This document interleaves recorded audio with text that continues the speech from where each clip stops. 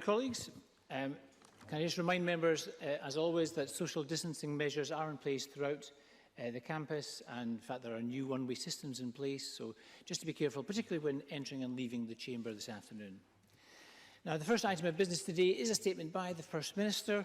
I would encourage members who wish to ask a question to email their intention to ask a question to the business team, as the voting consoles are the voting buttons are not working, so to email their question, not email the question, email their indication that they wish to ask a question to the business team. And I call on the First Minister. Presiding Officer, the Scottish Government is required by law to review lockdown restrictions every 3 weeks. The latest review falls due today, so I will shortly update the Chamber on the decisions that we have reached.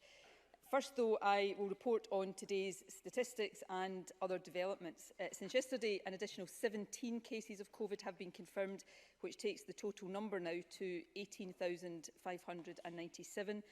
A total of 260 patients are currently in hospital with confirmed COVID, which is the same number as yesterday. And as of last night, 2 people were in intensive care with confirmed COVID, which is the same number as yesterday.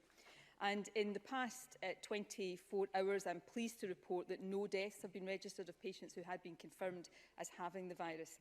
And the total number of deaths in Scotland under that daily measurement, therefore, remains at 2,491. In fact, no deaths have been registered under this measurement now for the past 2 weeks. However, we mustn't lose sight of the fact that every death is a tragedy, and I want again today to send my condolences to everyone who has lost a loved one to this illness. I also want to give a brief update on the identified cluster of cases in the Greater Glasgow and Clyde Health Board area. I can confirm that as of now, 8 positive cases have been confirmed. These are linked to the M&D pharmacy in Port Glasgow and to an Amazon warehouse in Gourock. I want to thank those businesses for acting swiftly and for fully cooperating with the guidance and procedures to contain this cluster. An incident management team led by NHS Greater Glasgow and Clyde met yesterday afternoon and will meet again today. It's working with the Scottish Government, Health Protection Scotland and local environmental health teams to trace contacts and do everything possible to minimise onward transmission, and I'm very grateful for these efforts. We will, of course, provide more details as and when they become available. I also want to draw attention to an important announcement this morning by the 4 UK Chief Medical Officers. This relates to a change in advice for those who test positive for COVID. Up until now, people who test positive have been advised to isolate for 7 days. But because it is thought that the infectious period can last longer, the advice now is that people who test positive should isolate for 10 days.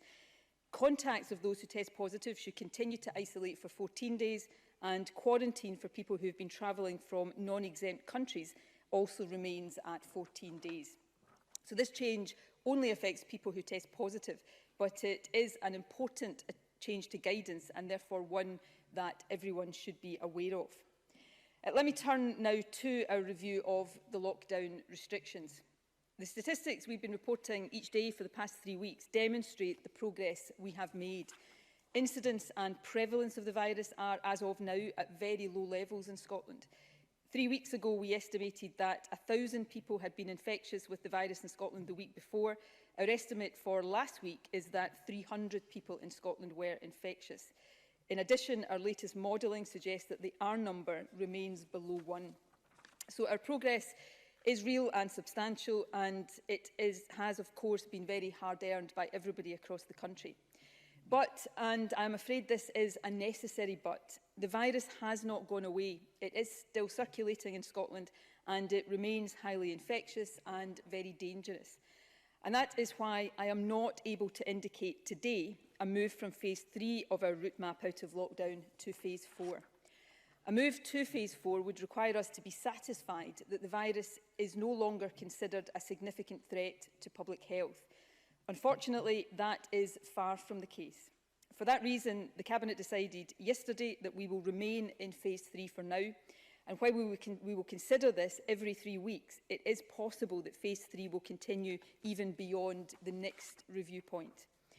That decision and the fragility of our progress against the virus means that changes over the next 3 weeks, beyond the 2 significant ones that I will come on to, will be minimal. However, I will give some indicative dates for when we hope additional activities and services can resume. Although we cannot move to phase 4 today, the progress we have made does allow 2 important changes to happen in the next 2-week period. I am very pleased to confirm that from 1st August, we will pause the advice for people to shield.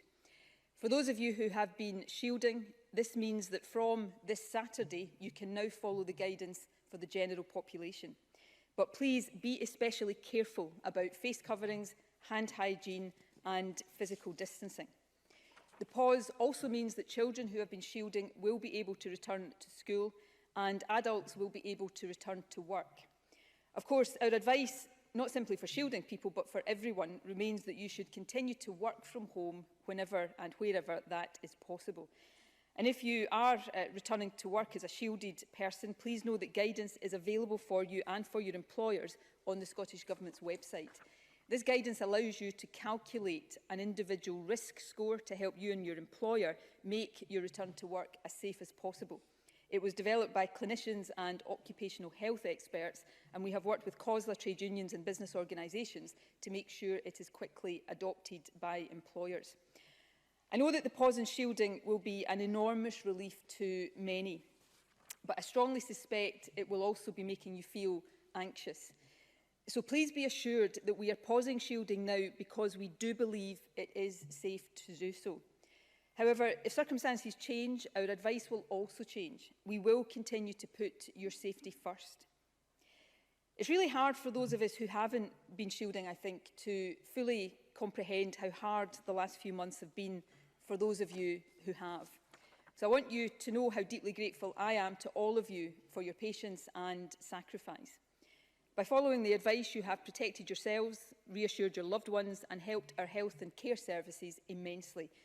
Thank you to each and every one of you for that. Presiding Officer, the other major change I can confirm today relates to schools. It is a moral and educational imperative that we get children back to school as soon as is safely possible. In fact, a key reason for our cautious approach to lockdown easing over the past 2 months and indeed over the next few weeks is that determination to drive the virus down as low as possible and keep prevalence low so that schools can reopen safely in August. I'm therefore very pleased to confirm today that schools will return from the 11th of August. Given how long children have been out of school, some local authorities may opt for a phased return over the first few days, but we expect all pupils to be at school full-time from the 18th of August at the latest. Now, I realise the earlier confirmation of this would have provided more certainty for schools and for parents to get ready for the new term, but we had to be sure, very sure, that the latest evidence supported this decision. Last Friday, the Education Recovery Group agreed guidance to support the safe return of schools. That guidance, which is being published today, draws on scientific advice from our advisory group on education and children's issues. The guidance makes clear that, in general, physical distancing between pupils will not be required while on the school estate, although distance should be maintained between pupils in secondary schools where possible, provided this does not compromise the return to full-time schooling. Distancing should also be maintained between staff members and between staff and pupils. The guidance also sets out the risk mitigation measures that must be introduced in all educational settings. These include ventilation, good hygiene practices and improved cleaning regimes. It is absolutely vital for the safe reopening of schools that these measures are applied rigorously in all settings. In addition, important public health measures will also be in place for schools. These include Test and Protect and fast priority access to testing for any symptomatic staff and pupils. We will also establish an enhanced surveillance programme in schools which will allow us to identify any impact of the virus on pupils and staff in schools across the country. I can also confirm today, Presiding Officer, that in addition to £45 million previously announced, we will make a further £30 million available to support the recruitment of additional teachers. We anticipate that this total investment of £75 million will enable the recruitment of around 1,400 extra teachers. In addition, we will invest a further £30 million on top of £20 million already announced as part of a £50 million education recovery fund for local authorities. This will support extra cleaning, facilities management, school transport and other practical measures that are absolutely vital in ensuring a safe return to schools. Now, I must be clear, and I want to emphasise this point, that at this stage, no one, not me, not the Education Secretary, no one can absolutely rule out the possible need for blended learning arrangements in future, either at national level or locally, if there is a significant increase in the incidence and prevalence of COVID.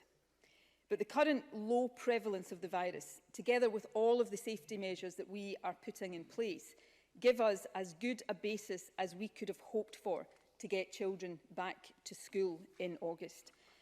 I want to take the opportunity again today to thank children and young people for the way you have coped with this considerable disruption to your lives. I think I speak for the whole country when I say we could not be prouder of you, and I promise we will do everything we can to get things back on track for you as quickly as possible. I'm sure none of you will ever forget COVID, but we are absolutely determined to make sure that you will not bear the legacy of it later in your lives. Finally, on education, Presiding Officer, I can confirm that we are also today publishing updated guidance for childcare providers. This new guidance will come into effect from the 10th of August. Now, this new guidance doesn't represent a return to complete normality for childcare providers, but it does reduce the current restrictions while setting out age-appropriate measures to minimise risks for staff, children and families and wider communities. We know the importance to families of stable childcare, and these changes will help to make that more accessible. I'm sure the two main changes we are confirming today, a pause to shielding and the full-time reopening of schools, will be welcomed by people across the country. They are significant steps back to a less restricted way of life, and of course they also support a return to greater normality for the economy. But these changes have been made possible only because prevalence of COVID is currently so low in Scotland. In fact, in many ways, Scotland is in a better position now in relation to COVID than I would have dared hope a few weeks ago. But as I have said already, this position is very fragile. We've seen a slightly higher level of new cases in Scotland in recent days, although some fluctuation is to be expected. And we are seeing clusters and outbreaks, as we are experiencing in Greater Glasgow and Clyde right now, although again, this is to be expected. But the situation around the world and across Europe and even in England does give some cause for concern. And we know from our own experience in late February and early March just how rapidly this virus can take hold and run out of control. So the fact is that if we are not very careful now, then in 2 or 3 weeks' time, we could easily be facing here in Scotland some of the very difficult issues we're currently hearing about in the news from other parts of the world. And it's also the case that we cannot yet fully assess the impact of the changes that have been made over the past 3 weeks, really significant changes such as the opening of tourism and the opening of indoor hospitality. And of course, we must, and this is really important, we must allow some time for the impact of reopening schools to be assessed before we make further major changes. For that reason, only a small number of further changes are planned during the next 3 weeks, and I will now confirm what these are. From Monday, routine eye care services, including regular eye examinations, can be carried out in community optometry premises and, where necessary and appropriate, in people's homes. Counselling services, such as drug and alcohol support groups, will be able to provide essential services following relevant guidance and with physical distancing. In addition, sports coaches will be able to meet with groups of more than 4 households in a single day, and we will also shortly confirm when they can work with larger groups. And from the 17th of August, a wider range of dental care can resume. In particular, aerosol procedures which create a fine mist through use of a high-speed drill will be allowed to restart if they are necessary for urgent dental care. These are the only changes that we currently expect to make during the next 3-week period. However, I now want to provide some indicative dates for late August and September to help businesses to plan. Full detail of this will be available on the Scottish Government website. However, please remember that at this stage, these dates are indicative and they remain subject to change. From the 24th of August, we hope that live events like concerts and comedy will be allowed outdoors with physical distancing, enhanced hygiene and restricted numbers. We also hope that organised outdoor contact sports will resume for people of all ages. Also from 24th August, we hope that some other indoor facilities such as bingo halls and similar venues mentioned in the route map can reopen with physical distancing. We would also intend that fun fairs and travelling fun fairs can reopen from the 24th of August. And we hope that driving lessons will resume from that day too. We don't currently expect to implement any other changes before the 11th of September. We will, of course, keep this under close review and accelerate further changes if that proves to be possible. However, as of now, non-essential offices and call centres should expect to remain closed until at least the 14th of September and possibly later. Even then, working from home and working flexibly will remain the default position. I know many office workers may miss seeing colleagues, although I suspect some might not, but by staying at home, office workers and employers are playing a vital role in helping suppress this virus and ensuring our transport network remains safe. We hope that further changes will be possible from the 14th of September. Again, full detail will be available on the Scottish Government website, but I must stress again that the dates I am about to set out are indicative and will not be finally confirmed until nearer the time. For example, we hope that sports stadia will be able to reopen from that day with limited numbers of spectators, albeit with physical distancing in place. Some professional sports events may be arranged for spectators before then, with Scottish Government agreement to test the safety of any new arrangements. We also hope that indoor sports courts for some activities can reopen from 14 September with physical distancing, and we will consider whether indoor classes for children can resume earlier than that. And it is our intention that indoor soft play facilities will also reopen from the 14th of September. Let me at this point make particular mention of gyms and swimming pools. I absolutely understand and share the desire to see these facilities open again as quickly as possible. However, the clinical advice I have is that because of the nature of these environments, they do pose a particular risk and they require a particularly cautious approach. For that reason, but to try to give some additional clarity, the indicative date we are giving today for reopening is the 14th of September. However, I will review this again in 3 weeks, and if it is judged reasonable to do so, we will seek to accelerate this to the end of August. We hope that entertainment sites and cultural venues such as theatres and live music venues will also reopen from 14th September with physical distancing in place. I know that the challenges these decisions pose for the cultural sector are significant and that this further delay for arts venues will be disappointing. For that reason, we're increasing the value of our Performing Arts Venue Relief Fund, which opens for applications today, from £10 million to £12.5 million to provide further support for the culture sector.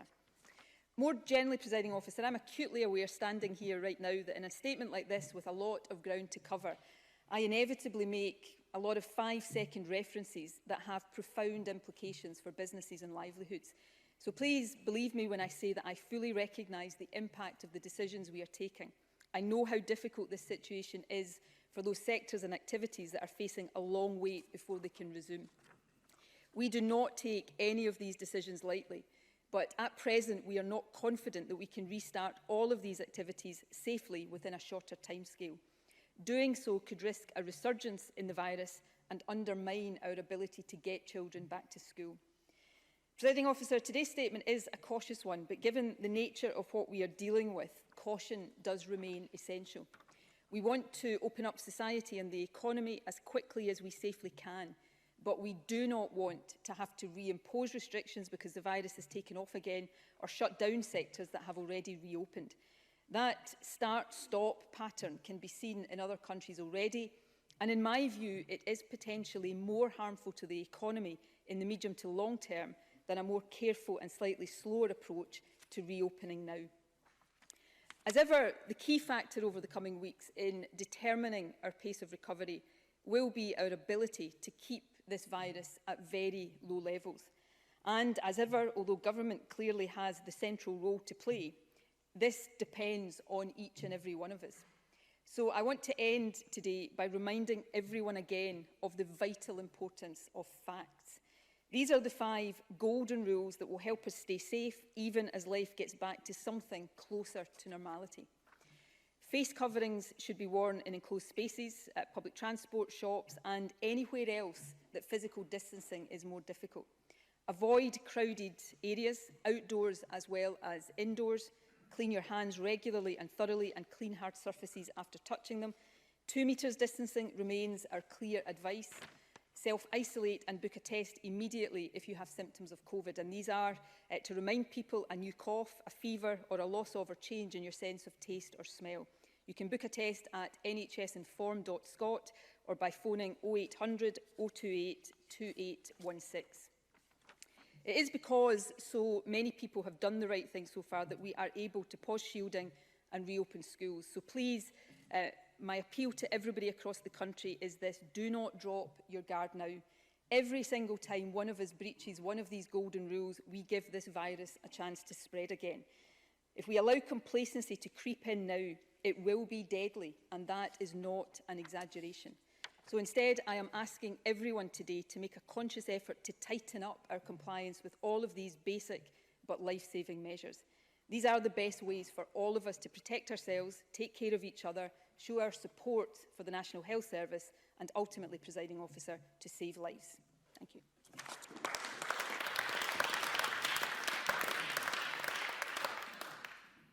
Thank you very much. The First Minister will now take questions. Jackson Carlo. Thank you, Presiding Officer. After months of gloom, I hope you'll forgive me if I start off with the unalloyed pleasure of those of us on this side of the chamber, at least, that after a year away but now fully restored to good health, John Scott has returned to the chamber.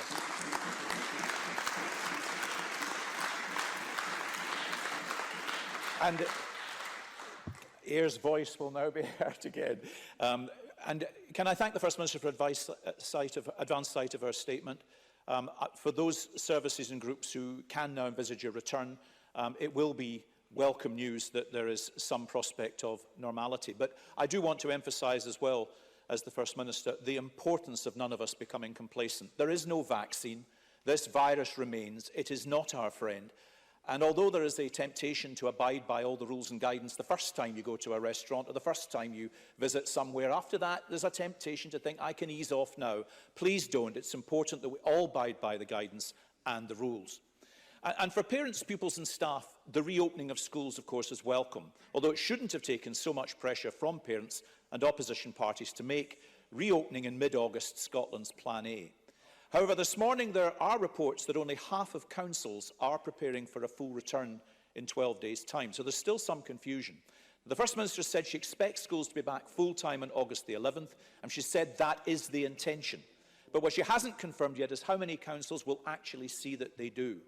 Now, we've heard from a number of councils already that the funding they believe they will receive may be less than half of what is required, but today's announcement will at least help clarify some of that. But will the First Minister confirm specifically how many of Scotland's schools will actually open, offering full-time education on the 11th of August? First Minister. Can I try and... Well, sorry, President Officer, before I do that, can I also take the opportunity to welcome John Scott back to the Chamber? John Scott is a political opponent, I have to say a rigorous and respected political opponent, but I've always considered him a friend, and personally I couldn't be more delighted to see him back with us today.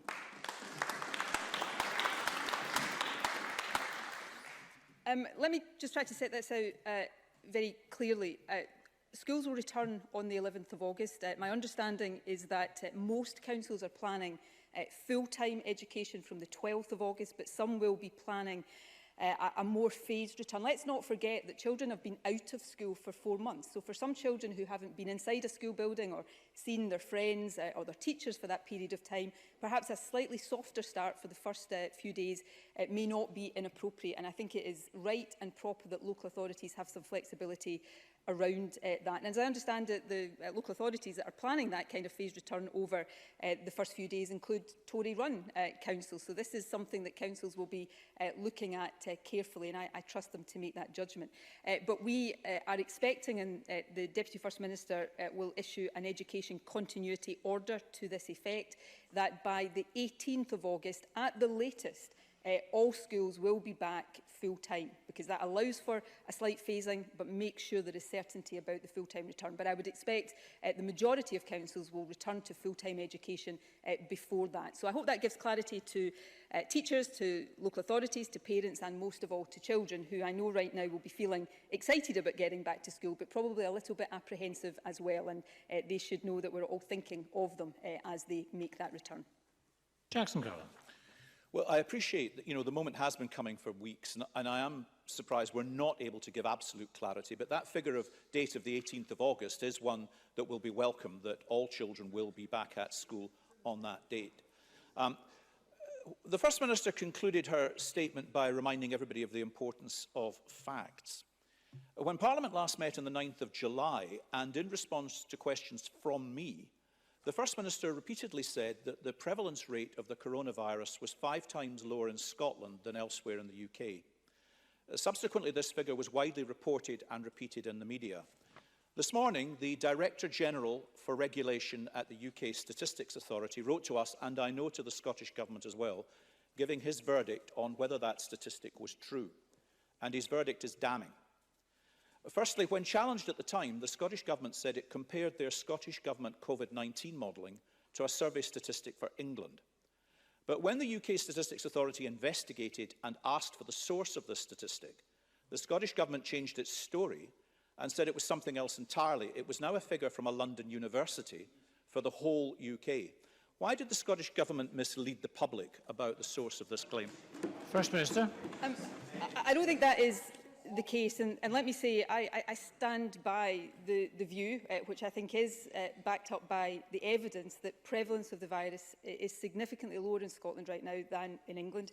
Although this is not something I have a shred of complacency about. The issue with the statistic I cited before was that the UK English part of that statistic has not been published, and that is not down to me. The UK Government hasn't published it, and I would encourage them, and perhaps Jackson Carlow will join me in encouraging them to do so.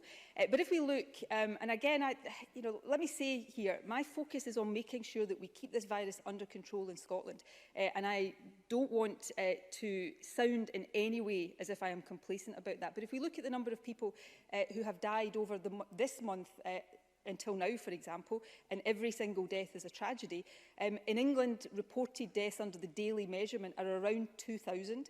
In Scotland, they are 9.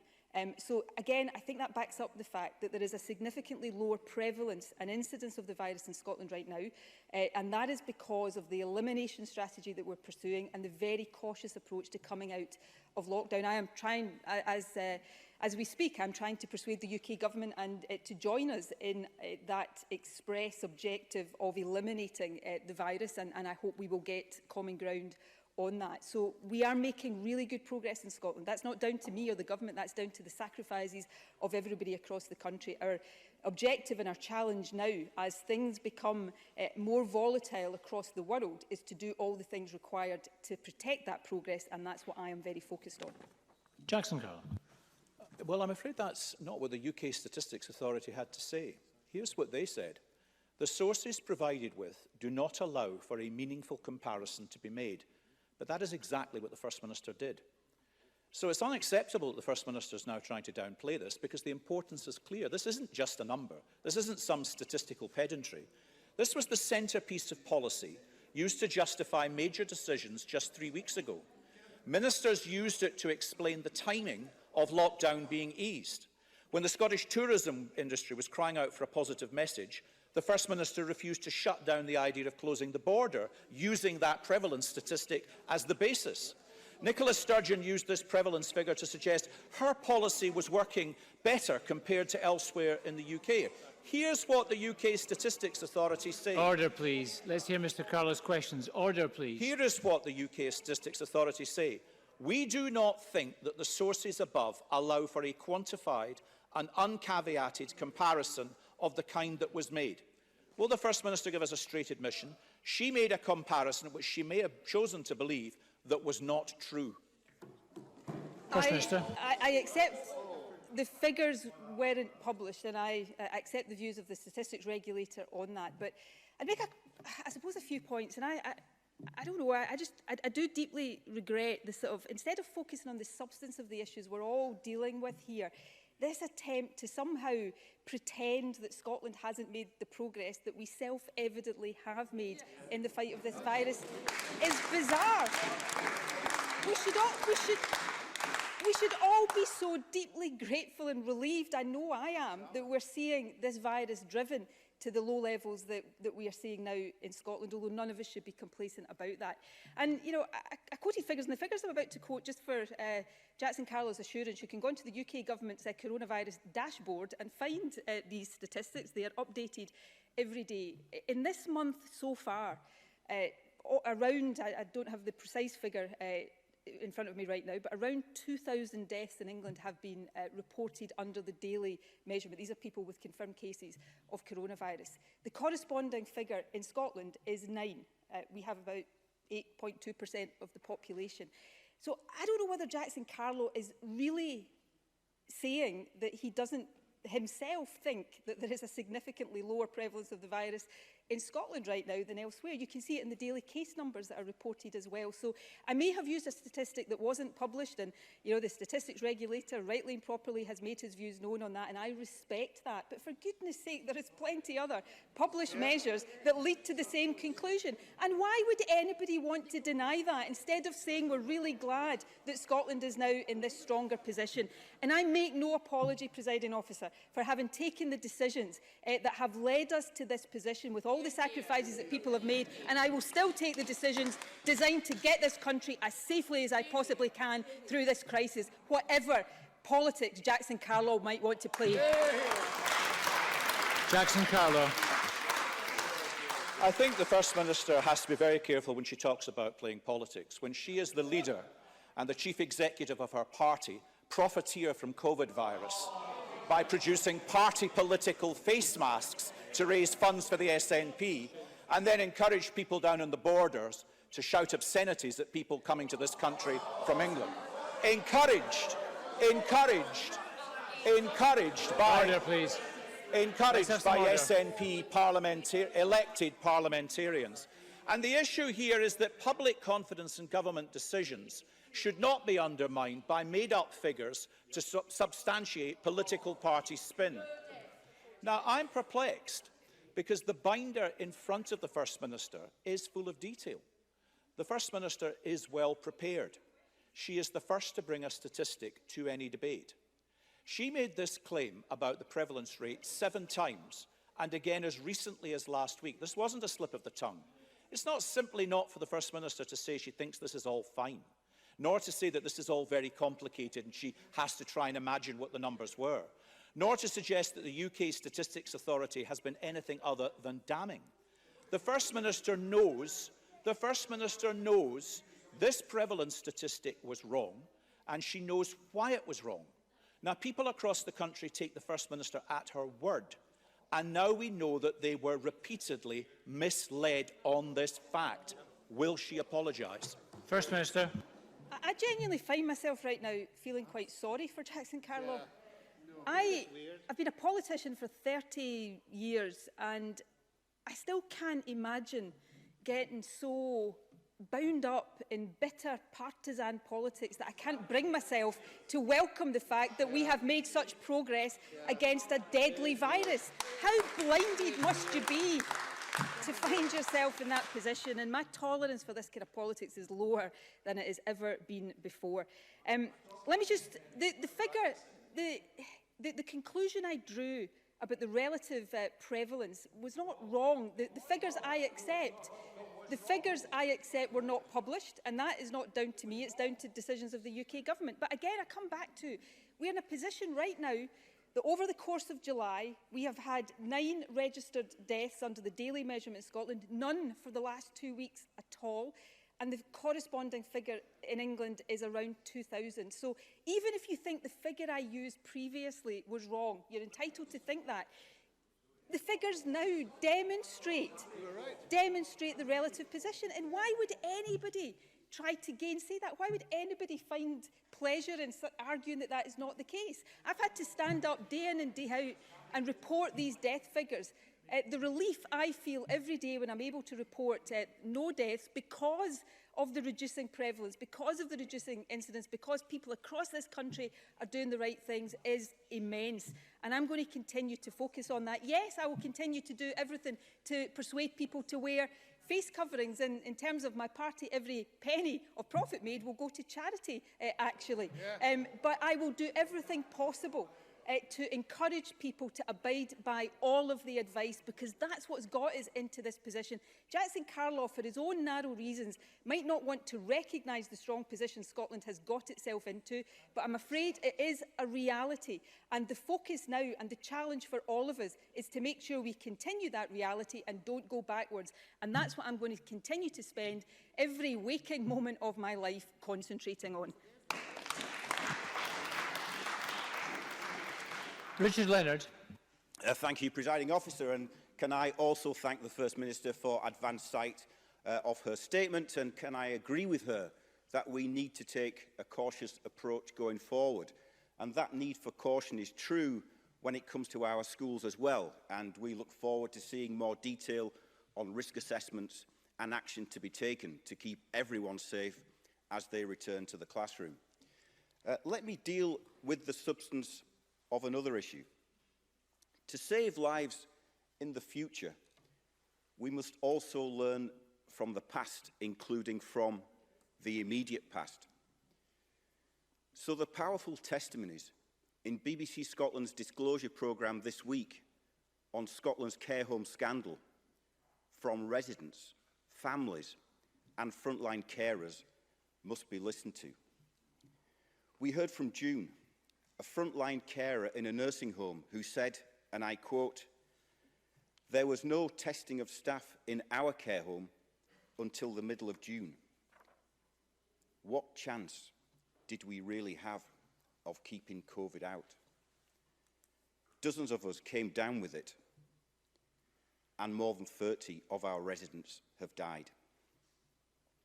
Just yesterday, an internal Scottish Government document released under Freedom of Information legislation of minutes of the Cabinet on the 18th of February revealed that the Scottish Government's planning, I quote, included work to assess the vulnerability of the social care sector. Yet for all the talk of that planning, staff on the front line in social care did not have the PPE they needed when they needed it, and were not routinely tested until 4 months later. So what chance did they have, First Minister? First Minister. Well, Richard Leonard is raising really important and substantive issues, and I thank him for that. They're not easy issues, and they're issues that I and the Scottish Government spend a lot of time considering, scrutinising and learning lessons for the future. On care homes, the Cabinet, I haven't seen the particular document that you're referring to, but if it refers to a Cabinet discussion talking about taking steps to help protect the social care sector, then that reflects the fact that that is exactly what we were seeking to do. And issues around testing were clinically driven and advised, and of course we will look back and we will consider all of the decisions we took and make sure that if there are lessons to be learned, we do learn them. We took significant early steps to supplement the supplies that care home providers have themselves for PPE through additional routes, and we created additional distribution routes for that as well. So we have taken a number of steps. We put in place guidance around infection prevention and control within care homes, and also people being discharged from hospitals into care homes. Clinical risk assessments were done. So I absolutely do not counter or challenge the fact that if we were to go back now, we may do things differently based on what we know. And I'm never going to stand here and say that it's not possible that mistakes were made. I think it's really important that all of us are open about that. But I will always counter and push back against the fact that we didn't take care, and we didn't do the things we thought were right in good faith at the time. And I deeply regret every death from coronavirus, and in particular because of the frailty and vulnerability of the people we're talking about, deaths in care homes. I feel even more deeply, as I'm sure all of us do, and we already are in government reviewing all aspects of our COVID planning, including the decisions that were taken in care homes, in order that we can learn any lessons for what could be challenging months ahead, although of course we hope that that will not happen. Richard Leonard. Thank you. And the First Minister once again is really talking about hindsight, but that doesn't change the facts. And it's a matter of public record that back on the 12th of March, 11 days prior to lockdown, I raised concerns with the First Minister about social care. On the 19th of March and then on the 1st and 9th of April, I raised the need for testing and concerns about the shortage of PPE. On the 16th of April and throughout the whole of May, I asked the First Minister repeatedly for more action on care homes. And First Minister, even if you did not want to listen to me back then, why didn't you listen to frontline carers, to professional associations, to royal colleges and to trade unions raising concerns? Why didn't you listen to people like Donald McCaskill, like Alison Pollock, like Hugh Pennington? And if you did not want to listen to them, why didn't you act? Why didn't you act on the recommendations of your own planning exercises? Exercise Iris, Silver Swan, which warned of unpreparedness in social care in the face of a virus in 2015 and 2018. 65% of Scotland's care homes have now had COVID-19. Half of all deaths from COVID-19 have occurred in Scotland's care homes. There have been over 2,300 excess deaths in Scotland's care homes, and 13 care home workers have died from this virus. No wonder the Scottish Human Rights Commission says we need an inquiry which is prompt, which is independent, which determines responsibility, is subject to public scrutiny, and allows for the involvement of the next of kin. One which considers whether human rights standards and principles have been met in Scotland's care homes. I agree that this is exactly what must happen. First Minister, will you commit today to a human rights-based approach to any public inquiry into the scandal in Scotland's care homes? First Minister. I have already given a commitment that there will be a public inquiry into COVID, including the situation in care homes. I will be corrected if I'm wrong about this, but I think in their recent report, the Scottish Human Rights Commission actually welcomed the commitment that I've given to an inquiry into this, and human rights should be absolutely the centre of all we do now and in the future, but should also be at the centre of any look back to what has happened up until now. Richard Leonard has raised these issues consistently, and I give him due credit for that, and others have raised issues as well, and we have. I think the thing I would say to Richard Leonard in all sincerity is that in some cases we may have come to a slightly different conclusion. We may have done things in a different order or in a different timescale than Richard Leonard may have asked us to do. That does not equate to not listening. As government, we have to and do listen to a wide range of opinion, clinical opinion, as well as frontline opinion and a range of expert advice. And then we have to make judgments about the best way forward. And at every stage, we have sought to put the well-being, the health and the safety of care home residents and staff at the heart of what we do. I readily accept that in two categories. One, because unfortunately we can only look back with the knowledge that we have now, and some of that knowledge we didn't have at the time, and therefore different decisions may well have been taken. And in another category, and you know, this is not usual for a politician to stand here and so readily do, but I think it's important that we do it. Undoubtedly, this government, all governments will have made mistakes in all parts of handling of this, and we have to acknowledge that and accept the accountability for that and learn for the future. And I am absolutely committed to doing that. And the reason I'm committed to doing that is not just, although this is important, for the sake of those who have died and their families, or those who contracted COVID in our care homes, but it is also for the future. I was reading a report this morning in the media about the situation in Victoria in Australia right now, where they're having a surge of cases, and a significant number of those cases now are also in care homes. So this is something that has not gone away for any country across the world. And for that reason, as well as all the others, the need to learn lessons is important, and I am absolutely committed to doing that. And I welcome, as I have throughout, I welcome the input from people across the chamber on that. Richard Lerner. Thank you, Presiding Officer. Well, the First Minister mentions the Scottish Human Rights Commission, and let me just be clear about what it is that they said 2 weeks ago. They did say that they welcomed the First Minister's commitment to holding a public inquiry into the handling of the pandemic, including what has happened in care homes. But they went on to say, we would now like to see the Scottish Government further commit to taking a human rights-based approach to any public inquiry. And that's the question which I just asked the First Minister, and I would be grateful if she could give me an answer to that question specifically. The strain of dealing with this pandemic has been traumatic for care home residents, families and frontline staff. They are traumatised, but they are also angry. Yvonne, a senior carer in a care home, told the Disclosure Programme this week, people were even blaming us for taking COVID into the homes, but we weren't being tested. 1 minute, they're saying to us, don't wear a mask. The next, wear a mask. We didn't know if we were coming or going. Now they are testing us, but thousands are dead. It's too little, too late. Too little, too late. So, First Minister, what we need now is compassion and action. These frontline carers are still living in fear. Fear that they are not supported by the Scottish Government. Fear that they will be written off again. Fear that they will go unrecognised, unappreciated and unrewarded now that the clapping has stopped. What action will you take to support them, to recognise and reward them, and to give them hope in place of that fear? First Minister.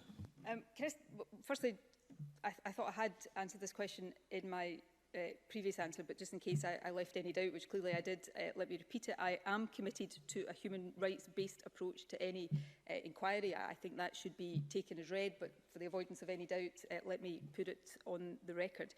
Can I also say, I don't blame any care home worker. I absolutely do not blame any care home worker or any frontline health worker or anybody else for what has happened in coronavirus.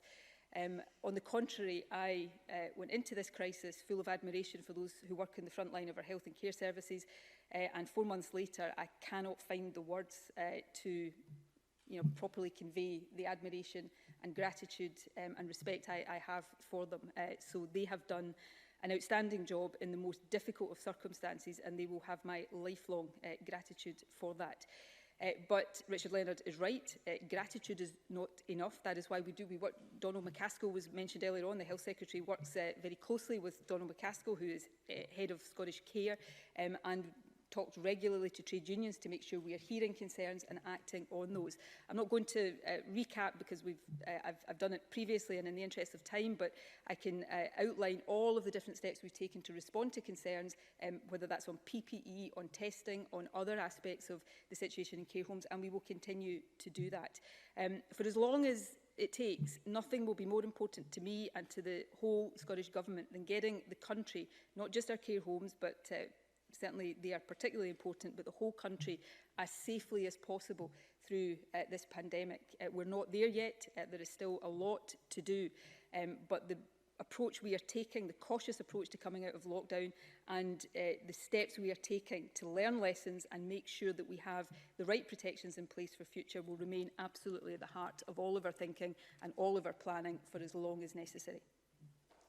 Thank you. Patrick Harvey.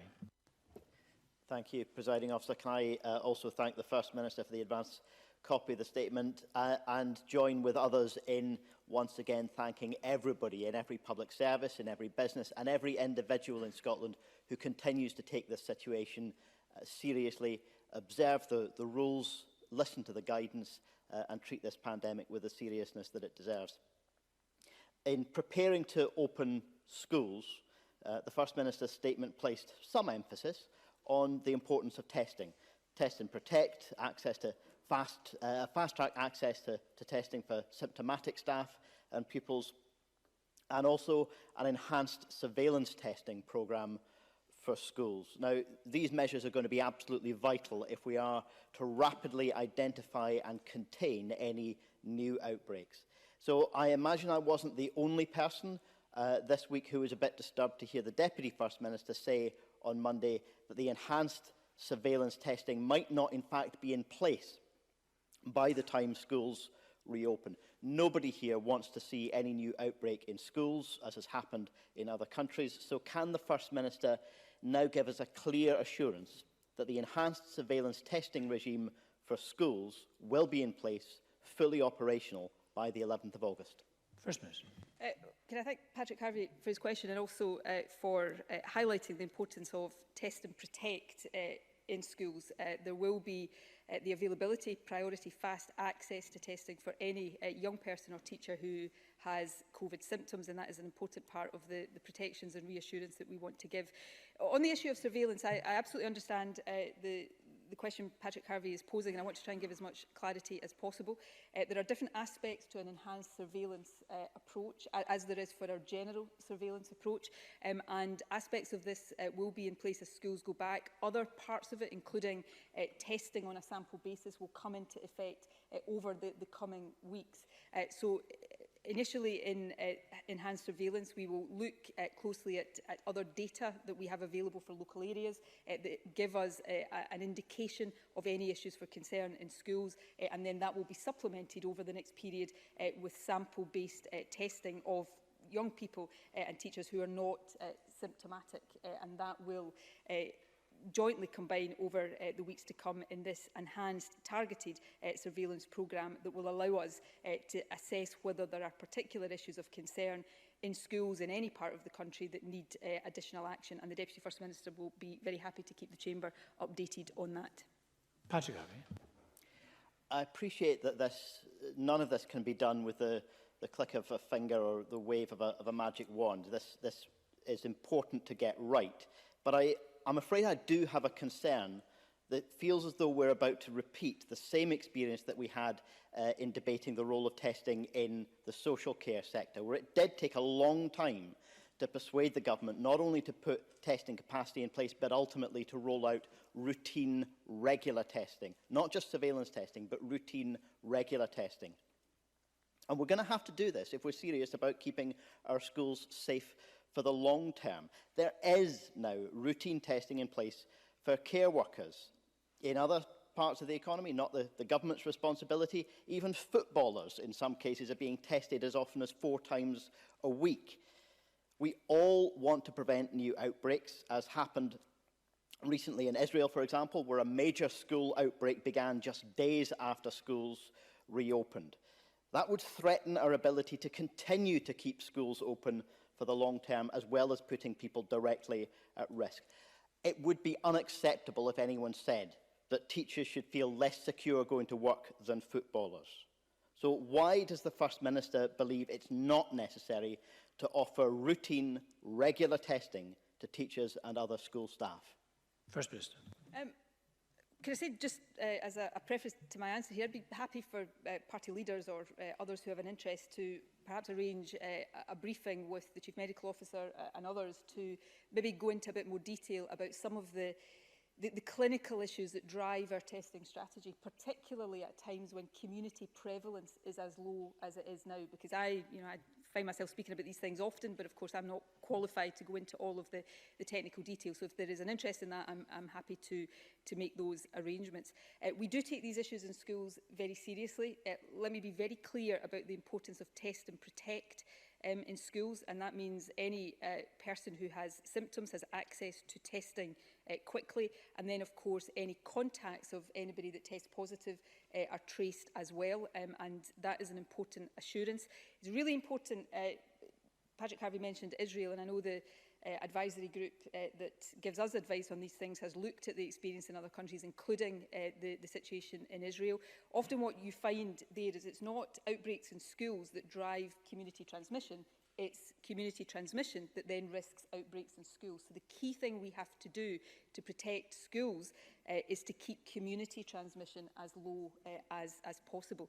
But surveillance generally is part of that, but surveillance in schools also gives us added assurance, and that is a mixture of looking at the kind of data that we have. We are trying to develop a suite of data that gives us as early an indication of any emerging problem as possible, and we will use that to look at schools, and of course that will be supplemented by the testing on a sample basis that I have already spoken about. So there is a lot of thought and a lot of clinical advice going into the system that we will put in place for schools, and if the evidence says that we need to adapt that in the future, we will do that as well. But I'll end this answer where I started. If members would find it helpful to have more of a briefing from the specialists in this area, I'd be happy to make those arrangements. Thank you. Willie Rennie. Within the next few weeks, up to 50,000 international students will be travelling to Scottish universities. It will probably be the biggest single influx of people into the country since the start of the pandemic. International students are important for our world-class universities, and they are welcome here. But they will be arriving from virus hotspots, including the United States of America. And students, staff and local communities are anxious about potential outbreaks. They will be required to quarantine for 14 days, but I want to go further to keep people safe. One of the First Minister's advisors, Devi Shridhar, is now recommending mass testing of all students on arrival and 5 days later. Does the First Minister agree? First Minister. Well, two things. I agree that this is a really important issue. It's one that's certainly very high up in my mind at the moment, and we are in discussions with universities about how we do get to a position where we welcome international students that are very important for Scotland, but do that safely without raising the risk of importation of the virus, because importation of the virus is probably the biggest risk we face over the immediate term. I have seen Professor Shridhar's recommendations. She obviously is one of the advisors to the government, and we will consider those very carefully. We haven't reached a final conclusion with universities on those yet, but I am happy, or the Deputy First Minister will be happy over the next few days to provide an update once we've had the opportunity to properly consider those and come to a final position. Willie Rennie. The First Minister has just warned in her statement earlier that we could be facing a rise in cases in 2 to 3 weeks' time. That's exactly when the students will be arriving here in Scotland too. So it's very important that we get this right so we can keep everyone safe, including those international students. And it's good the First Minister is open-minded, but if we are to do that mass testing, we'll need to act fast because we've only got a few weeks left. Universities have been planning for months, following the detailed government guidance, but none of them are ready to mass test all international students twice in a week. The First Minister regretted not testing all new residents in care homes. I don't want the same mistake to be made again.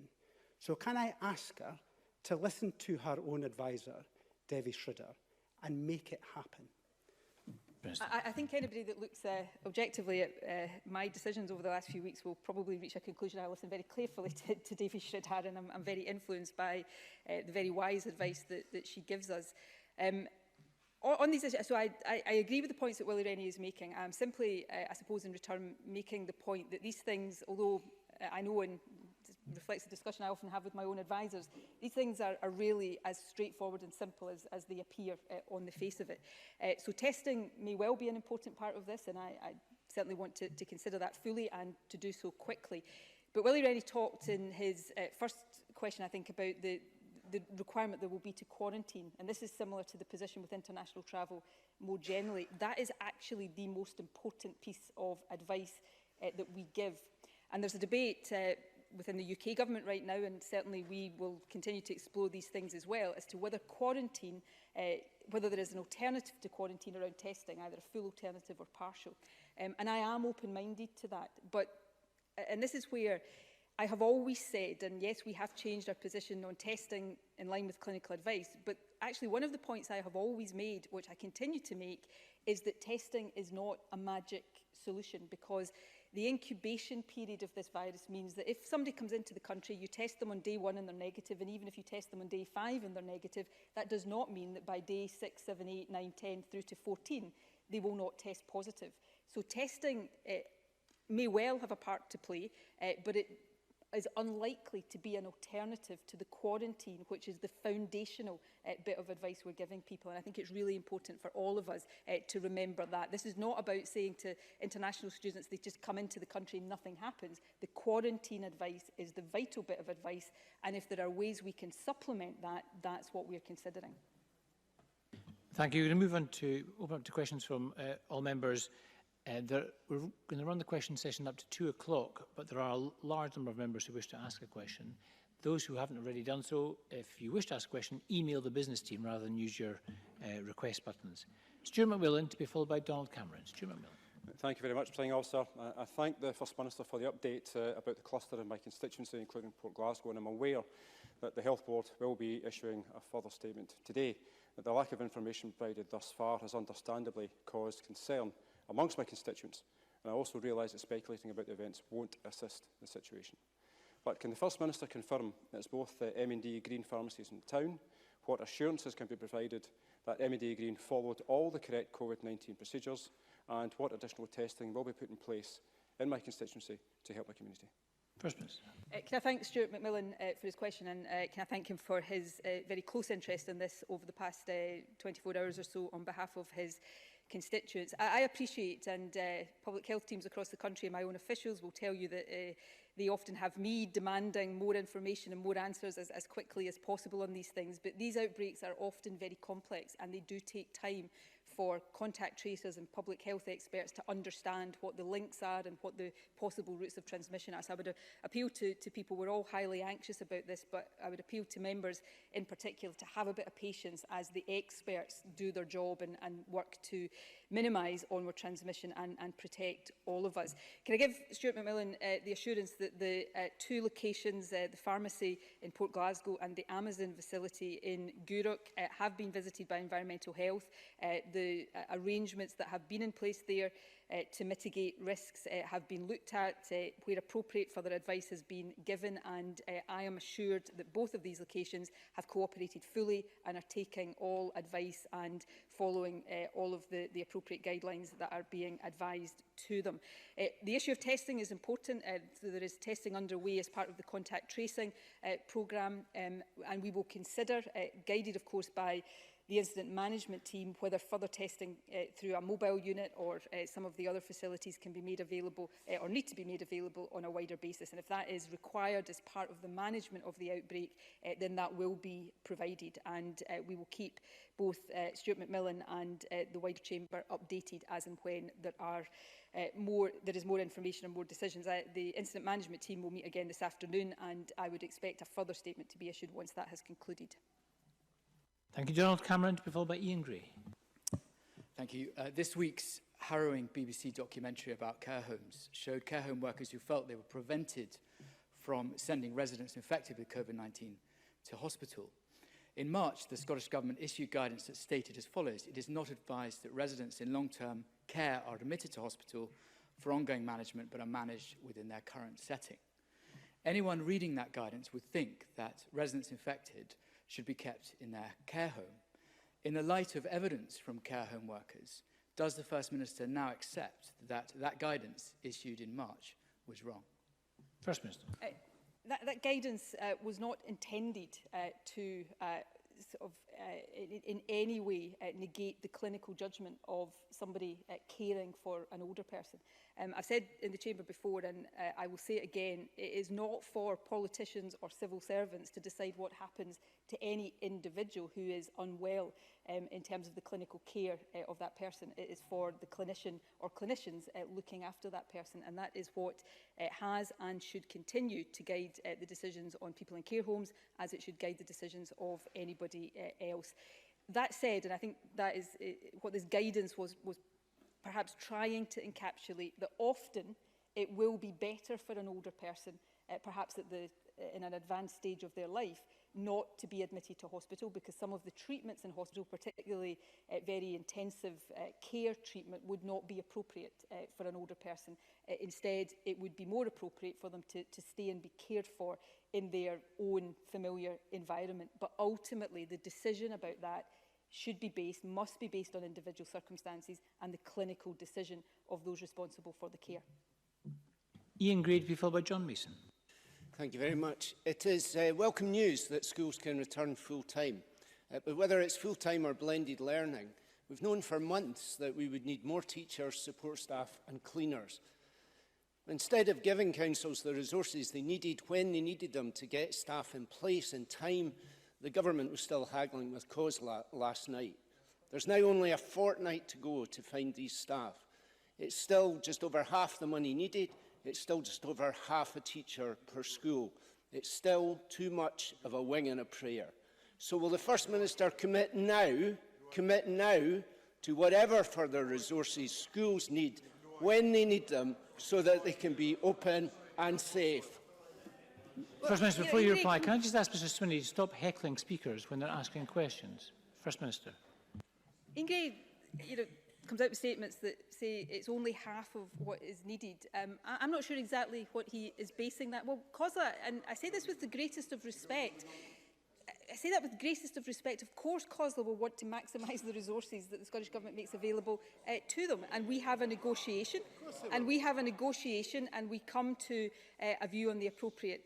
Now, Ian Gray, and he's entitled to do this. He sort of criticises the government when we haven't announced new money. He criticises the government when we do announce new money. I've just announced significant extra investment, investment that will support the recruitment of 1,400 additional teachers across the country, a £50 million fund that will support local authorities with the extra cleaning, the facilities management, the measures they may have to put in place in school transport. So, absolutely. I used to do it in opposition and myself. I'm sure it is always possible to say it's not enough. But in times when we're all facing additional demands for financing, and at a time when the Scottish Government's budget is continues to be constrained, and we don't have the additional borrowing powers that we would like to have, the kind of money that I've talked about today is significant, and I'm sure local authorities will make very good use of it. John Mason to be followed by Liam Kerr. John Mason.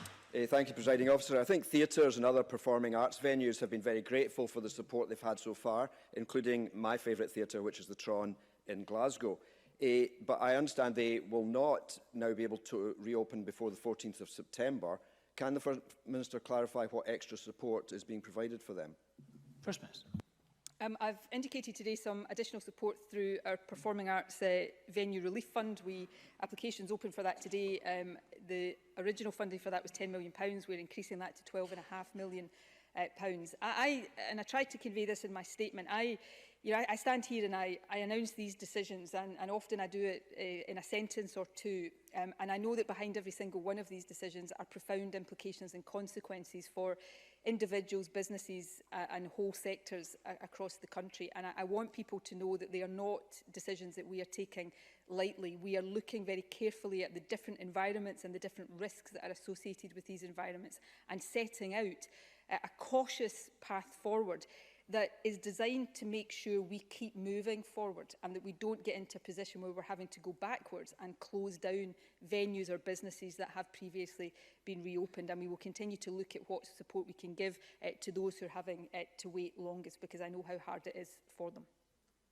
Liam Kerr, followed by Monica Lennon. Thank you, Presiding Officer. Page 61 of Benny Higgins' report last month was clear that the Government should respond to his recommendations by the end of July.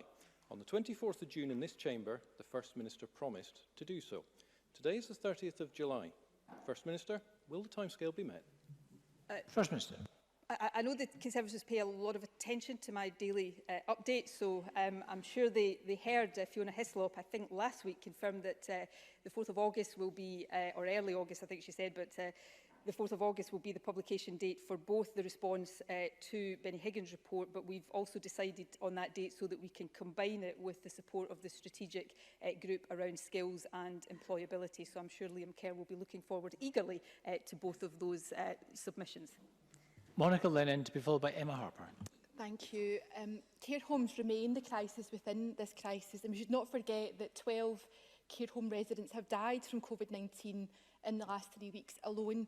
Despite this, data on staffing levels and deaths in individual care homes remains largely a secret. And referring back to BBC Disclosure, like other colleagues have done, we've heard that many care homes were on red or amber alert at the height of the pandemic. And my constituent, Louise McKechnie, managed to get her way into White House Care Home in East Kilbride. And the days before her grand-eye, she found her lying in a soiled, wet bed with an open bin bag full of dressings and other infectious items. So people do have a right to know what's happening behind closed doors in care homes. First Minister, does the First Minister agree that informing the public about COVID deaths in individual care homes is in the public interest, and will she commit to a more transparent approach in future? First Minister.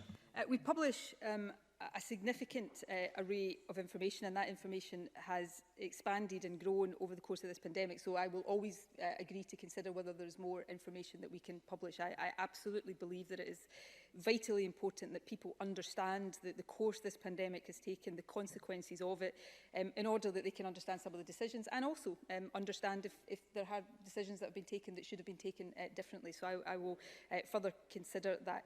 I think the other thing I would say to Monica Lennon, relating to the early part of her question, and it is important when she said we should never forget, and I want to give her an assurance that for as long as I live, I will never forget any one of the deaths in care homes or across the country. I know people across this chamber, and this is right and proper and absolutely understandable and legitimate, will disagree with decisions I take, will think I should take decisions I don't, or think I shouldn't take decisions that I do. That is part and parcel of democracy. But I genuinely hope that nobody will doubt the sincerity and the determination that I and my colleagues across government have to make sure that we take the right decisions, we get this as right as we possibly can, and we protect people as far as we can from this virus. That has been our objective from day one, and it will be continue to be our objective for as long as this virus remains a risk to our health and well-being. Emma Harper, to be followed by Miles Briggs. First Minister, since COVID restrictions have been eased, there's been a surge in reports of very irresponsible campers, who I call fly campers, leaving large amounts of litter, setting fires and causing real damage to the natural environment. These fly campers should not be confused with wild campers who live by the phrase, take only pictures and leave only footprints. Does the First Minister therefore agree with me that everyone who accesses the countryside needs to do so responsibly? And will she join me in encouraging all to familiarise themselves with the Scottish Outdoor Access Code? First Minister. Yes, I absolutely agree with that. Many people are enjoying the opportunity to get outdoors for the first time after some months spent by necessity very close to home. And the vast majority, and I think it's important not to lose sight of this point, the vast majority are doing so responsibly, and I thank them for that. But there is a small minority of people who are spoiling this for others. They're endangering themselves and communities and the environment, and behaviour like that is not acceptable, and I want to be absolutely clear about that. Community policing teams are taking these matters seriously, and they have powers under the Antisocial Behaviour Act to issue on-the-spot fines to people who are behaving in antisocial ways. We have also partnered with Zero Waste Scotland and Keep Scotland Beautiful to develop a national anti-littering campaign, which launched on the 15th of July, and we'll continue to work with local authorities and the police to consider what more can be done to protect our rural environment and communities across Scotland, as more of us take the opportunity of the freedoms that we've been denied for so long. Miles Briggs, be followed by Colin Smith. Thank you, Presiding Officer. The BBC Disclosure Scotland programme demonstrated how families across the country who have lost loved ones to COVID continue to seek answers. These individuals and families need support, assistance and the truth. So can I ask the First Minister if she will agree today for the Scottish Government to establish a COVID-19 families network and fund to help them to access advocacy services to get the answers they need? First Minister.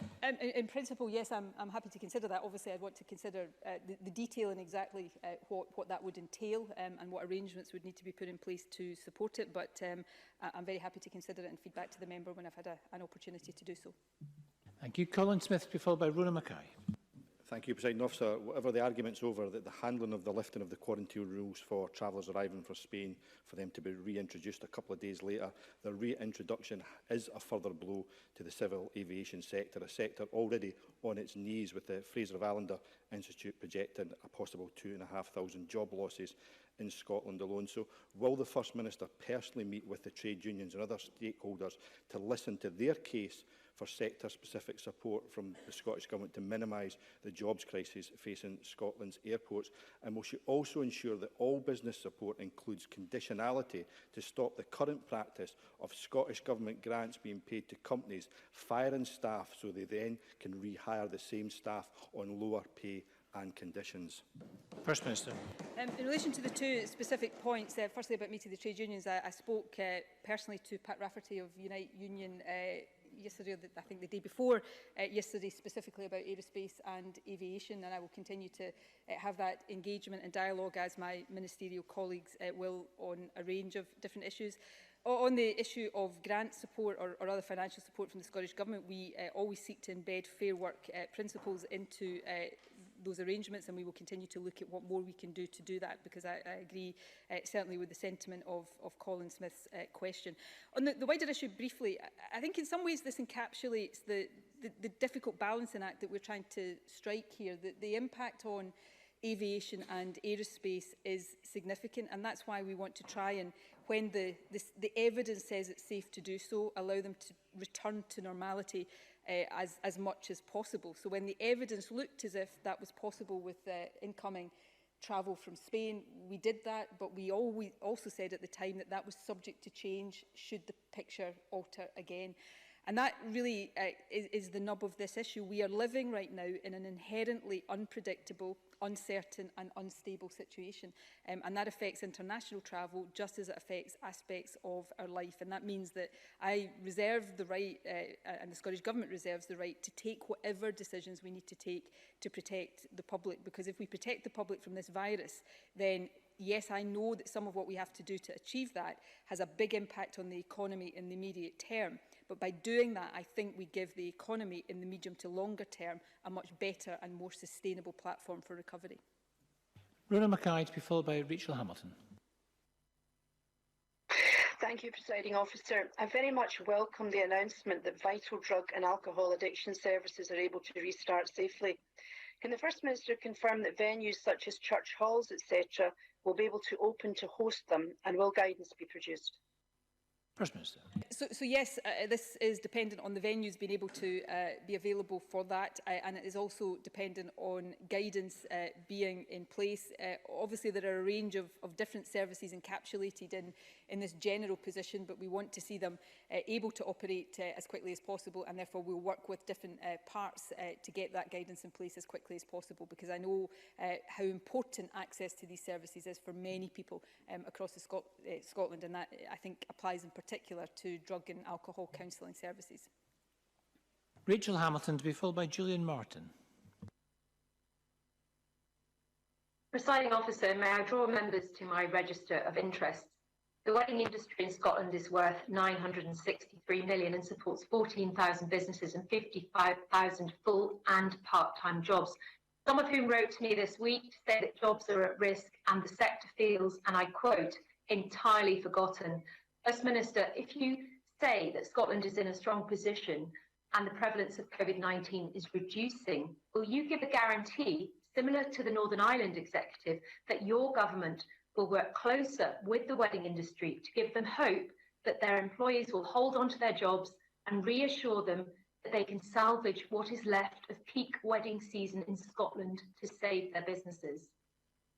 First Minister. It's a very important issue for many businesses across country. It's got a particular relevance and resonance in areas like Gretna for obvious reasons. So it's one that we are very mindful of. It featured in the Cabinet discussion earlier this week. It featured in the daily update that I gave to the media yesterday. Again, as with so many things, we have to strike the right balance. There are some different considerations around gatherings for weddings and funerals than there are to gatherings in some other contexts. But I hope over the next few weeks that we can look to increase the limits on people that can go to these kinds of occasions. And we will continue to look at what we can do to support any sector and businesses within those sectors that are affected. The Finance Secretary just yesterday announced some additional support for the hospitality sector. So none of these things are easy, and it is not possible for any of us to remove all of the impact of what we're dealing with right now. But we will continue to work as hard as we can to strike the right balances and to provide as much support as we possibly can. Thank you. Gillian Martin to be followed by Anas Sarwar. Thank you, President Officer. It's clear that the test and protect system is key to our movement into the next phase and to some kind of normality. Can the First Minister confirm if the Scottish Government is having discussions with the Irish and Northern Irish governments in relation to their proximity apps for contract tracing? First Minister. Yes, we are looking at that. I can say to the Chamber today that work is underway and at quite an advanced stage for us to have a proximity tracing app available in Scotland in the autumn, using the same software as the Republic of Ireland app is using right now. I hope we'll be able to confirm more details of that over the next couple of days and update the Chamber in that way. I think it's important to say that proximity tracing apps, and I've said this all along, may be a useful enhancement to test and protect, but it is not and never will be a substitute for the on-the-ground, person-to-person approach to contact tracing. So we do want to see if we can get that enhancement in place. The Republic of Ireland app appears to have been very successful so far, which is why we're keen, as I believe Northern Ireland is also doing right now, to see if we can utilise that. Of course, we'll continue to have discussions with the UK Government as well about the development of their own technology. And Sarwar to be followed by Fulton McGregor. Presiding Officer, it's deeply regrettable that we've had a return, or at least part return, of party politics when we have tragedies in our care homes, and we have the statistics published today that shows that Scotland has the third highest rate of excess deaths in Europe. Our fellow citizens have died, many of them, and lives are still at risk. Can I join the First Minister in paying tribute to all those that have been shielding, some 180,000 people across the country, thank them for their patience and their sacrifice. I believe stats today show around 4,000 of them have sadly lost their lives. And as shielding now ends, many of them will be even more anxious. Some of them will not have a choice. They will be forced to go back to work, depending on their relationship with their employer. Can I ask the First Minister what action there is available if there is unreasonable employers for those that are shielding? And secondly, if we do have local outbreaks and we do have local lockdowns, what immediate rapid communication mechanisms are in place to inform those that would need to shield in those circumstances, and then what support mechanism will be in place for them? First Minister. To thank Anas Sarwar for his question, can I just take a brief opportunity on the issue of politics around this? I'm not infallible on these things, and I will get it wrong at times as well. But can I make a refreshed plea to people across the Chamber for all of us to try to keep normal party politics out of this? And that is not me asking not to be scrutinised. On the contrary, I think scrutiny is really, really important. And I know comments have been made about daily briefings and everything. If any of you think that I cross the line, because I try very hard to keep politics out of these things, because I want people listening to them to listen to the advice, whether they agree with my politics or passionately disagree with my politics. So if any day any of you think I've crossed the line there, because I make mistakes as well as anybody else, then, drop me a text, tell me that. But please do not try to undermine my ability to communicate directly with the public on key matters of public health during a global pandemic. And I welcome Anas Sarwar's comments. On the substantive question, we will continue to support people shielding to make the right decisions about going back to work. The guidance that I refer to is really important because it allows individual risk assessments to be done. And we will continue to have discussions with any employer that we are told are putting undue and inappropriate pressure on people who are shielding. And I think that's important. And I would ask employers to be responsible and to make sure that they continue to be very sensitive to the needs and the anxieties of people who have been in that category. On the issue about local lockdowns, the SMS text service that has been in place will remain in place, and we will continue to communicate to the shielding groups. Indicated last week that there will be what we're calling a forecasting service made available, where people will get information about the prevalence of the virus in their local area so that they can make informed judgments about what they do and don't do. And obviously, depending on the nature and extent of any local lockdowns, we would look to discuss with local employers about what the implications of that are. But the need to communicate very clearly with people in the shielding category will not pause on Saturday, even although the advice to shield at this stage is pausing at that stage. Fulton McGregor should be followed by Annie Wells. Thank you, Presiding Officer.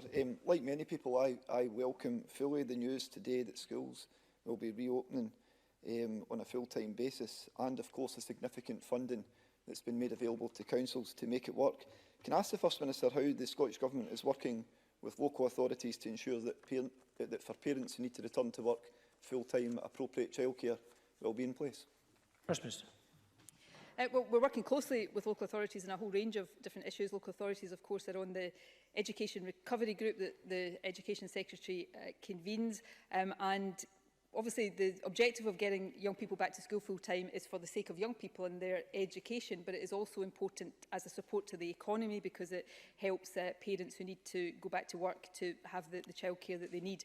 And also, I referred earlier on to the updated guidance that we're publishing today for early years providers, which adds additional flexibility into childcare for preschool children as well. So we will continue to work with providers and with local authorities as we try to get this sector as a whole back to normal as quickly as possible. Annie Wells, to be followed by Ross Greer. Thank you, Presiding Officer. Scotland's census is vital for future planning and making sure each part of the country gets its fair share. More than ever, this pandemic has shown how vital it is to have accurate data to inform the government's decisions. Can the First Minister explain why the census is going ahead in other parts of the UK and is being delayed in Scotland?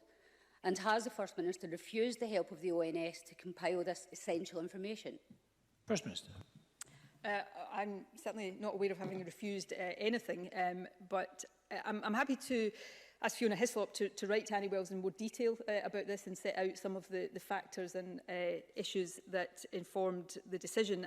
I can say it's not a decision that was taken lightly. It's one that I interrogated very closely, as would be expected. I won't go into all of the detail of this right now, but there are some differences in how the census data is gathered in Scotland to other parts of the UK, which is a factor here. But the clear advice from National Records of Scotland was that it would not be possible to do the census safely and robustly in the existing timescale because of the impact of COVID, and that therefore their advice was that to do the census properly and for us to have confidence in the robustness of that necessitated the revised timescale that we have announced. But I'm happy to get Fiona Hislop to write to the member with more of the detail of the factors that drove that decision. Ross Greer, to be followed by Richard Lyle.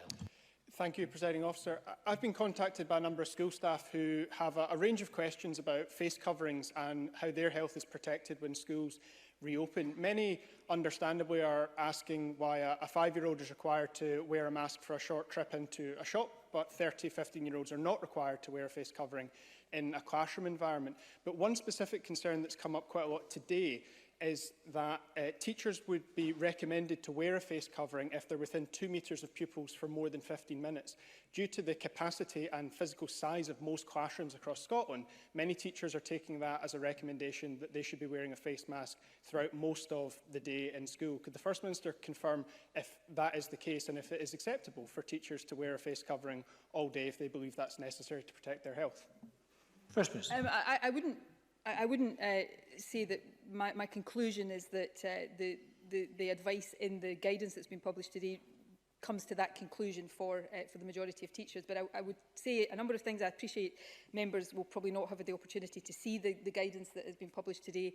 There is a fair degree of detail in there about face coverings. There is no general requirement in schools to wear face coverings. And I think a bit like physical distancing for older pupils, where we're recommending that happens where possible in schools, but it's not absolutely mandated, but we're still asking older children to physically distance out of schools. There will be different considerations in different environments, and sometimes that can appear anomalous and inconsistent, but it is informed by the advice and the evidence of the risks of transmission.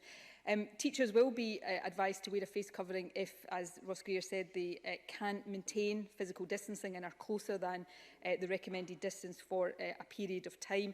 But more generally, anybody who teacher or young person who feels that they want to wear a face covering because they feel it would make them feel safer should be supported to do so.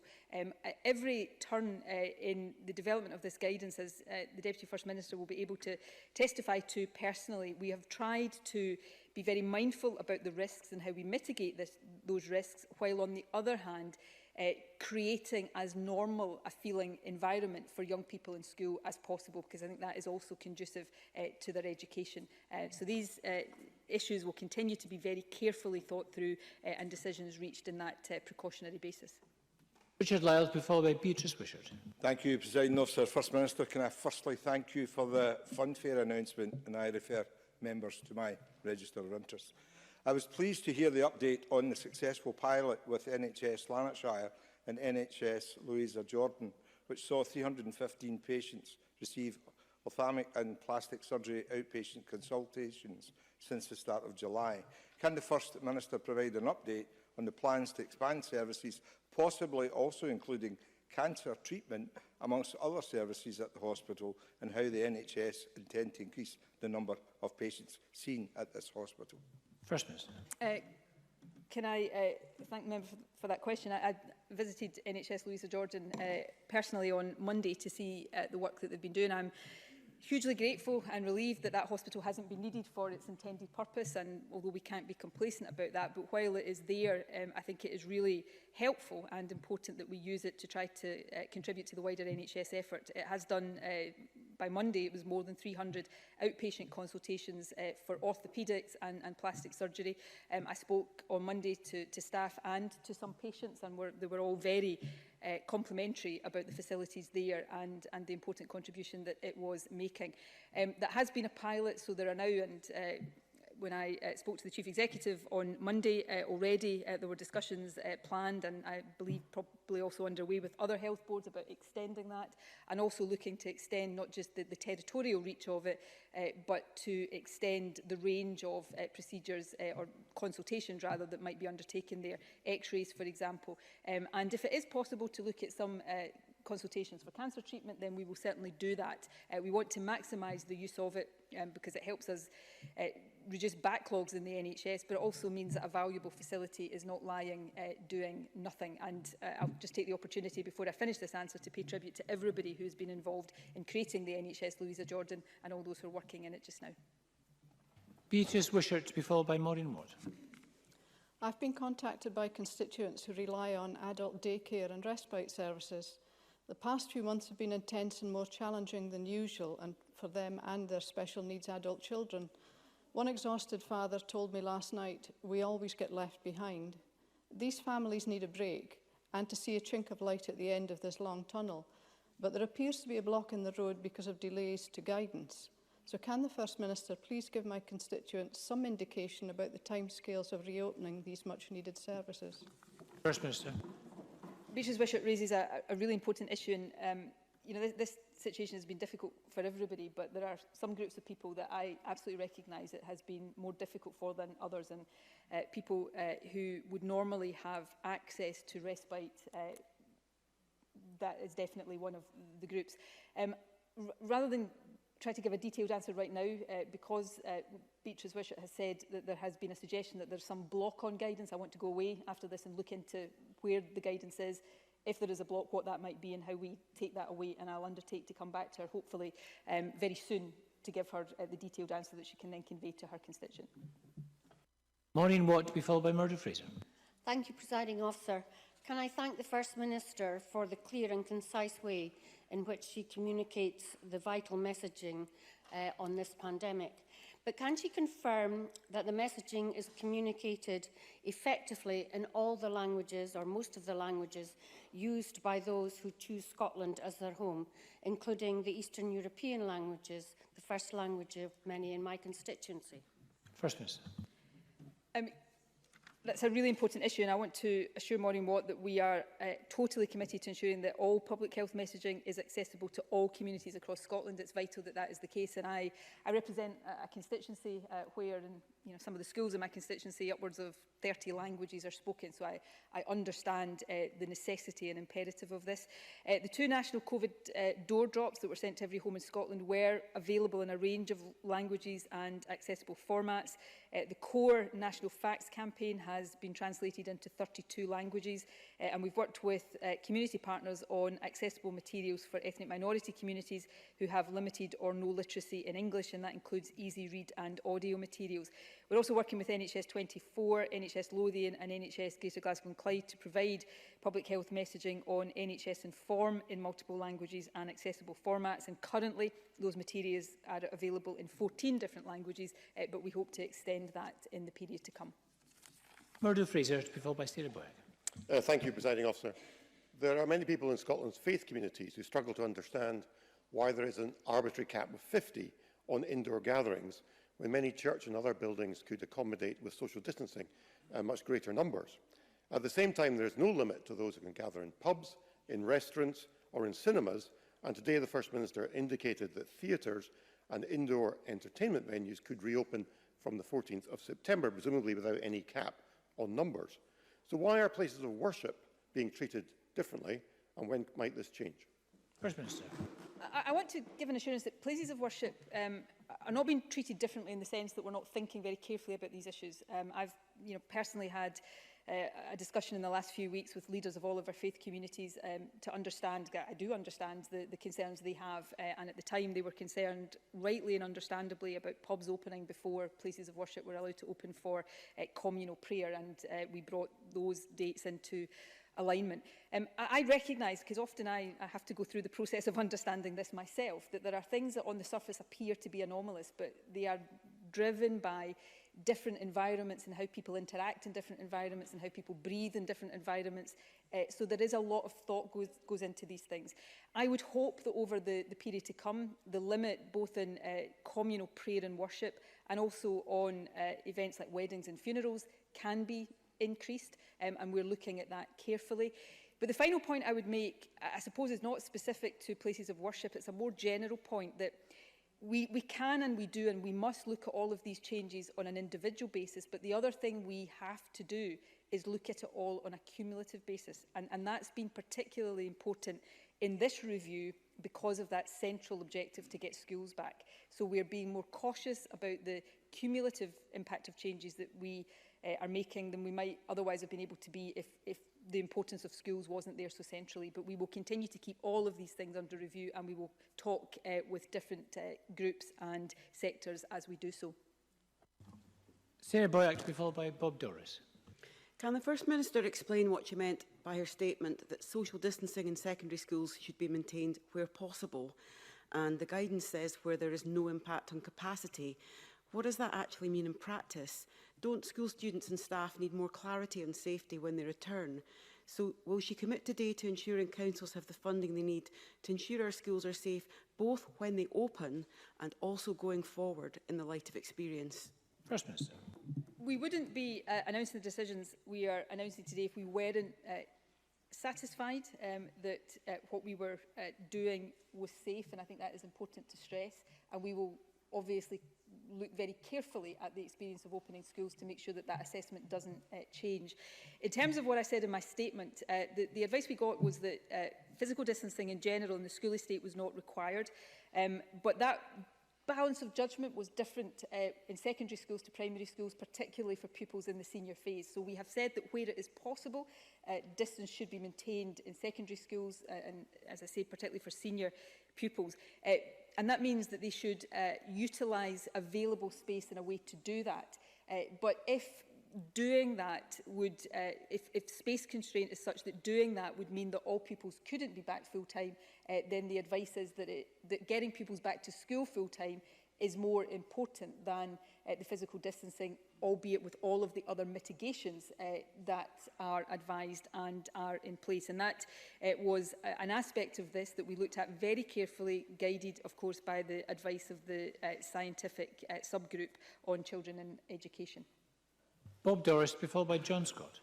Presiding Officer, I've been contacted by several youth football teams in my constituency who are pleased to see the return of team sports but face significant challenges to secure sports facilities, some of which operated by Glasgow Life, and they remain closed, teams would be happy to return initially using only outdoor facilities with players arriving pitch ready, so no showers, no changing rooms to limit infection. Can I ask the First Minister how the Scottish Government is supporting and working with councils to identify and remove barriers to reopening such sports facilities as speedily as possible, given many local youth football clubs in my constituency have a lengthy wait before they can get back to training and playing once more?